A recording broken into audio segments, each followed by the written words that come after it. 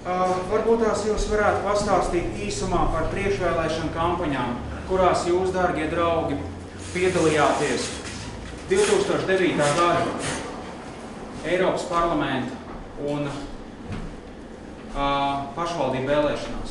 Es lūdzu, vai mēs varētu dot vārdu Jāniem laikam, lūdzu. Jā, nu tā tad, kas attiecas uz pašvaldību un Eiroparlamenta vēlēšanām.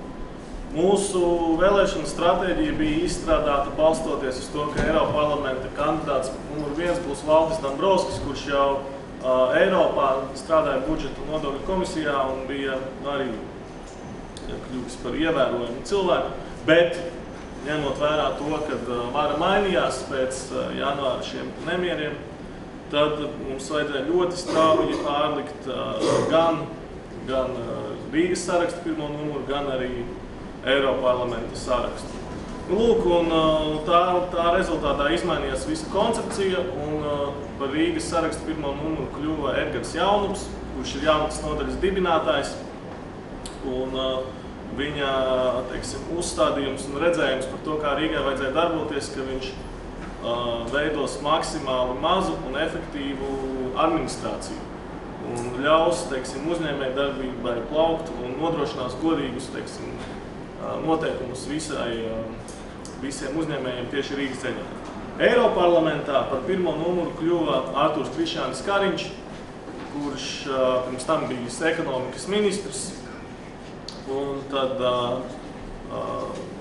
viņš vienkārši turpināja veidot sadarbību ar lielāko Eiroparlamenta grupu Eiropas Tautas partiju, kur mēs esam arī dalībnieki, un teiksim tā, darboties pēc partijas programmas Eiropā, veicinot integrāciju. Tas īsumā ir par pašvaldību vēlēšanu kampaņu. Es domāju, ka rezultāti bija labi. Mums ar Pilsonisko savienību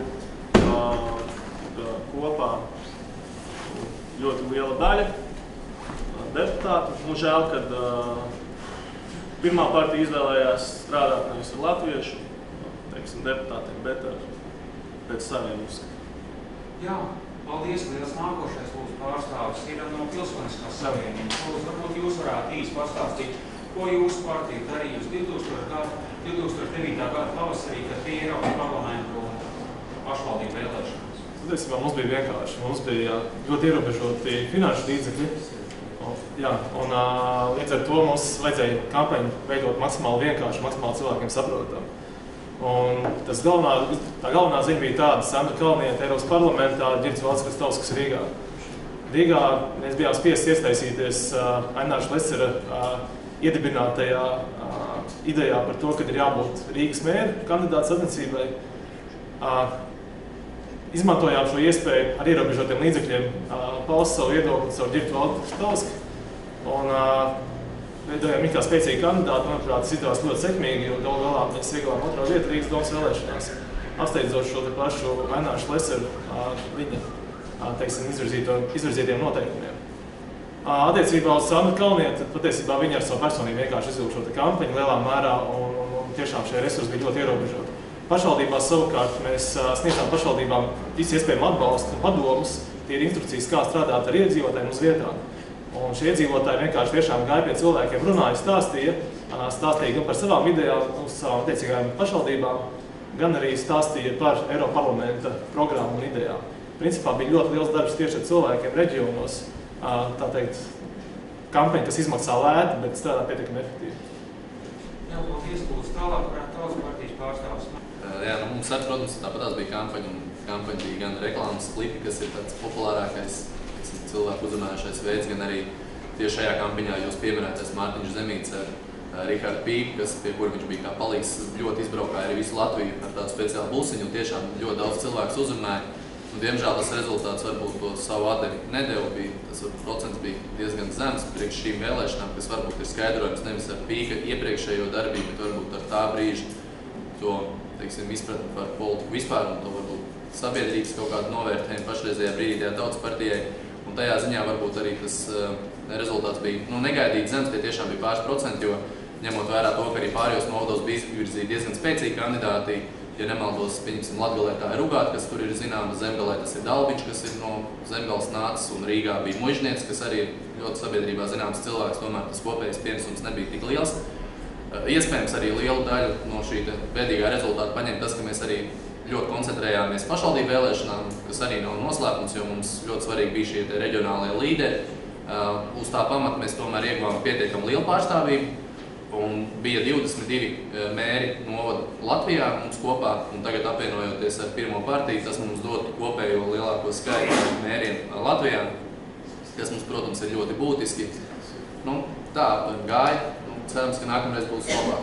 Jā, bet nākošais jautājums, es jums visiem priekšās vēlēšiem saku, arī nebūs viegls. Tāpēc turpināsim ar šo pašu un dodam vārdu Zemnieku savienības pārstāvjiem. Jāsaka, kā 2009. gada vēlēšanas Zaļo Zemnieku savienībai bija liels pārbaudījums un tāda laba mācības lūdzu, ņemot vērā, ka sakrita gan Eiropas parlamenta vēlēšanas, gan pašvaldību vēlēšanas. Mums te varētu teikt, ka viena mīnus un viena plus zīme, jo Eiropa parlamentā, teiksim, mēs neesam guvuši to pozitīvo rezultātu, lai gan bija ļoti spēcīgi kandidāti, piemēram, arī Baiba Rieža ar ļoti lielu pieredzi gan starptautiskā jomā, gan arī kā personība diezgan spilgta. Savukārt ar pašvaldību vēlēšanām mēs uzskatām, ka mums ir gana labi veicies, jo lielāku akcentu esam likuši tieši uz darbu reģionos, kā tas ir tradicionāli būts. Un es domāju, ka šeit arī ļoti svarīgi tā iekšēja partijas vienotība, kādā veidā mēs atbalstam tās kampaņas, kādā veidā mēs ejam. Un, acīm redzot, ka tas 9. gada vēlēšanas, mēs vienkārši esam ieguvuši labu mācības dotu. Jā, paldies, Lūdzu. Tagad pārstāvis no Zaļās partijas, jā. Kur mēs meklējām, kur jūs birojs atrodas? Viņš atrodas Hansēm ielā? Jā. Mums nācās ar visu parlamentu jūs trobelēt, kamēr mēs jūs atradām. Mēs caur zemniekiem, kamēr mēs jūs dabujām rokā. Labi, ko jūs darījāt 9. gadā? 9. gadā? Kā jūs bijāt? Jāmēģina atcerēties. Nē. Vispār par tām kampaņām runājot, ir tāda viena lieta, ko es gribēju pateikt. Es tā kā nākot šur domāju, ka sākt ar tā kā ievaru par vispār to kampaņu jēgu, un kāpēc kampaņas ir ļoti tā kā smags pārbaudījums. Es domāju, ka jebkurai partijai un vispār, jo Latvijas iedzīvotājos pastāv īstenībā ļoti liels pesimisms. Es to pamanīju nesen ejot uz kāzām un meklējot kāzu dzējoļus. Es skatījos vairāk autoru dzējoļus. Ārzemju autoriem bija tāds pozitīvi. Tur es gribēju uzsakt par mīlestību, kaut kā nekā kāzas. Ārzemju autori rakstīja, ka mīlestība ir ilga. Bet tautas dziesmas taču nav iekļautas UNESCO mantojumā. Bija jau? Iebalzamāts nav. Labi. Bet palasot, teiksim, latviešu autoru dzēju, es biju ļoti pārsteigts, ka pārsvarā tā. Mīlestība ir īsa, izbaudi ātri, drīz salūzīs. Jā, izņemot varbūt atsevišķi nejot. Un īstenībā tas atspoguļojās arī šī pirmsvēlēšana laikā, kad jebkura partija kaut ko pasaka, un vispār saka, nē, zog, muļķības. Un tā ir tā problēma, kāpēc īstenībā arī ļoti grūti ir pārsniegt to vidējo. Un tāpēc mēs to kampaņu arī centāmies veidot tādu pēc iespējas pozitīvāku, varbūt brīžiem ar nelielu humoru pieskaņu, jā, varbūt, kad kāds atcerās Zīļus preses namu. Un arī mēs centāmies izlikt plakātus, piemēram, izbraucot no Rīgas, ja, kur īstenībā, kad dzirdēja vienkārši, teiksim, no paziņām atsauksmi, kas esot tiešām bijuši tādi ievērojami un interesanti un bišķīt savādāk. Kopumā jau ievilkāmies arī nedaudz tādā klasiskajās aktivitātēs, ja, kā reklāmas televīzijā, bukletiņi, protams, ka uzsvars tika likt uz pašvaldību vēlēšanām, jo mums ir tas, ka mēs kā Zaļo Zemnieku savienību mums arī jācenšas būt tuvāk tiem saviem galvenajiem vēlētājiem, kas ir zemnieki pārsvarā, jā, bet tāpat laikā arī šis bija tāds, var teikt, ka, kā es teicu, 2008. gada kongresā bija tas, kad mēs apsveram jauno programmu un centāmies ļoti arī popularizēt to, ko arī šogad cenšamies darīt un pēdējā laikā uz to ejam, kad mums tas skatījums ir plašs un tas nav tikai par vides lietām un zemnieku lietām, ka mēs cenšamies skatīties plašāk un īstenībā arī mums iesaistās, es zinu tieši par Zaļo partiju, kad dažādi speciālisti atsevišķās nozarēs uzņēmēji, būvnieki, tā skaitā, tā kā viss iet tā kā uz labi mums sokās ar to skatījumu paplašināšanu.